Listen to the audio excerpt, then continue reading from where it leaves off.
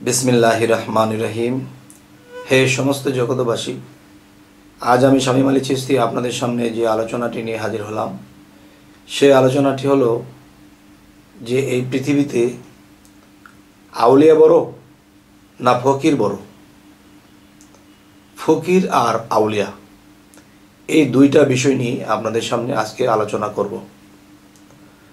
যে পৃথিবীতে বেশিরভাগ সরাসরি শুনি যে ইমুক আউলিয়া, ইমুক আউলিয়া, ইমুক আউলিয়া, কিন্তু আবার শুনি ইমুক ফকির, ইমুক ফকির। ফকির আর আউলিয়ার মধ্যে কতটুকু পার্থক্য? এখন কে বড়, আউলিয়া বড় না ফকির বড়? আচ্ছা, এর তফাতে যদি আমরা যাই তাহলে পাওয়া যায় যে ফকরিল্লাহ মিন ইন্নি ফকরিল্লাহ। আচ্ছা, আউলিয়ার কথা কোরআনে বলা হয়েছে যে আল্লাহ বলেছে যে আউলিয়াগণ আমার বন্ধু। তাহলে আউলিয়াদেরকে বন্ধু বলা হয়েছে, তাহলে ফকির কি? ফকিরের শব্দ অর্থের মধ্যে যখন আমরা যাব তখন ফকির শব্দের অর্থ ফাঁকা, আর আউলিয়া শব্দের অর্থ বন্ধু। এখন ফকির শব্দের অর্থ যে ফাঁকা, এই জিনিসটা আমাদেরকে বুঝতে হবে। যখন আলোচনাটা শেষ করব তখন বোঝা যাবে ফকিরের স্তরটা বড় না আউলিয়ার স্তরটা বড়। যেমন আউলিয়াদেরকে আল্লাহ বলেছে বন্ধু, এবং নবী রাসূলদেরকেও আল্লাহ বন্ধু বলেছে। আর ফকিরকে কি বন্ধু কোনোদিন বলেছে আল্লাহ? ফকিরকে বন্ধু বলে নেই। তাহলে ফকিরকে কি বলেছে? যে ফকির আমার বেদ, আমি ফকিরের বেদ, ফকির আমার বেদ। আমি ফকিরের মধ্যে বাস করি, ফকির আমার মধ্যে বাস করে, দুই মিললে একাকার। আর আউলিয়া কি? আল্লাহর বন্ধু। তাহলে এখানে বড় কোনটা, ছোট কোনটা, কোনটাকে বড় বানাবেন, কোনটাকে ছোট বানাবেন, এটা কিন্তু আপনারা জবাব দেবেন। আমি আপনাদের কাছে কথাটা তুলে ধরছি। আচ্ছা, এবার আসি, একজন আউলিয়া বহু সাধনা করে, বহু ত্যাগ করে, বহু কিছু করার পরে তিনি অনেক দুঃখ যন্ত্রণা পার হয়ে শেষে আল্লাহর বান্দা থেকে তারা বন্ধুতে পরিণত হয়। আচ্ছা, এবার হলো ফকির কি? আমার মতে ফকির শব্দের অর্থ ফাঁকা। তাহলে আল্লাহ শব্দের অর্থ কি? আল শব্দের অর্থ কি? আলো। এখন আলোকে কি কেউ বাক্সতে ভরে রাখতে পারে? আলোকে কি কেউ বন্ধ করে রাখতে পারে? তাহলে আল শব্দের অর্থ যদি আলো হয়, তাহলে এই আলোটাও ফাঁকা, আলোটাকে কেউ ধরে রাখতে পারে না। তেমনি আল্লাহ যেরকম ফাঁকা বা নিরাকার বলা হয়, ঠিক আল্লাহ নামের যে ফাঁকা, আলোকিত যে ফাঁকা, সেই ফাঁকার মধ্যে ফকির নিজে ফাঁকা হয়ে সে আলোকিত ফাঁকার মধ্যে অবস্থান করে। সুবহানাল্লাহ।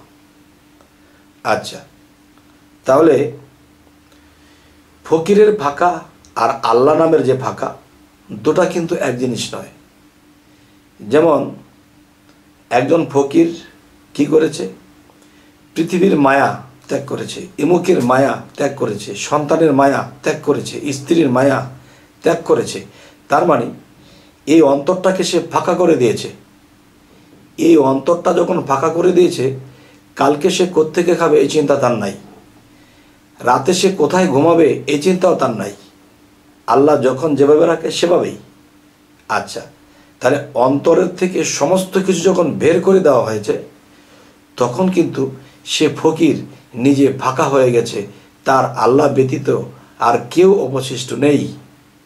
তাহলে সেই অন্তরের মধ্যে যে ফাঁকা করে ফেলেছে, পৃথিবীতে তার কিচ্ছু নেই, আর সেই অন্তরের ফাঁকা জায়গাটার মধ্যে আল্লাহ এসে বসত করে, এবং সেই ফকিরের মুখ দিয়ে আল্লাহ কথা বলে। তাই বলা হয় ফকরিল্লাহ মিন ইন্নি ফকিরিল্লাহ, ফকির আমার বেদ আর ফকিরের মধ্যে আমি বাস করি।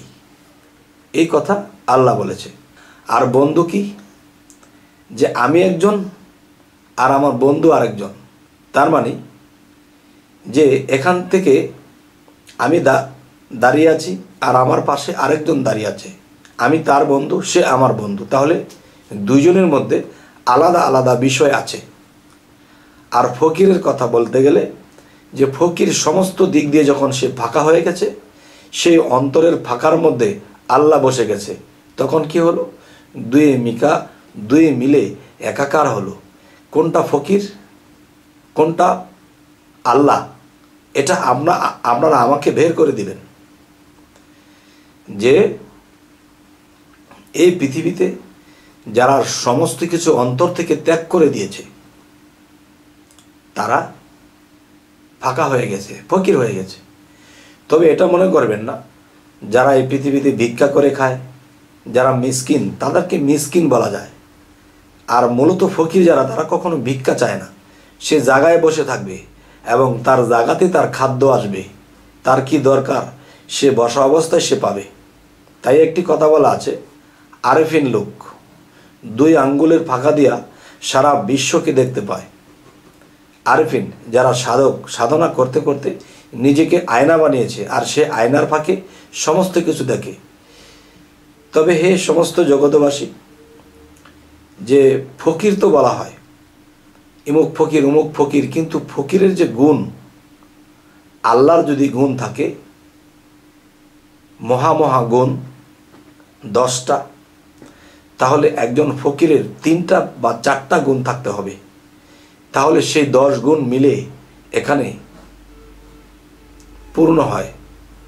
তখনই ফকির নামের ফাঁকা আর আল্লাহ নামের ফাঁকা এক জিনিস নয়। আল্লাহ আলোকিত হয়ে আছে, আলো কিন্তু ফাঁকা স্থানেই। যেমন সূর্যটা আকাশের মধ্যে, কিন্তু সে জমিন থেকে যখন আমরা তাকাই, তখন কিন্তু সে বহুদূরে, সে কিন্তু একটা ফাঁকা স্থানেই অবস্থান করছে। এখান দিয়ে সে চলাফেরা করে এবং পৃথিবীকে আলো দেয়। ঠিক আল্লাহ এরকম ফাঁকা অবস্থানে আছে। আলোকে কখনো ধরে রাখা যায় না, ভরে রাখা যায় না, বেঁধে রাখা যায় না। তিনিও ফাঁকা, মহা আলোকিত, মহাশক্তিধর। আচ্ছা, ফকিরের ফাঁকা, সে সমস্ত কিছু ত্যাগ করে সে নিজেকে ফাঁকা করে দিয়েছে, আর সেই ফাঁকা থেকেই তারা ফকির হয়েছে। তাহলে আপনারা বলবেন যে ফকিরের স্তরটা কি বড় না আউলিয়ার স্তরটা বড়? এই কথাটি আমরা আপনাদের কাছে প্রকাশ করলাম। এখন আপনারা জানাবেন কমেন্টের মাধ্যমে যে ফকিরের স্তরটা কি বড় না আউলিয়ার স্তরটা বড়। আচ্ছা, তবে আমরা যেই আলোচনা এতদিন ধরে আপনাদের সামনে করছি, কি ধরনের আলোচনা আপনাদের পছন্দ অবশ্যই তা জানাবেন, এবং আমাদের চ্যানেলটিকে সাবস্ক্রাইব করে রাখবেন, পরবর্তীতে যেন ভালো আলোচনা এনে দিতে পারি। তো সকলেই ভালো থাকবেন। আল্লাহ হাফিজ।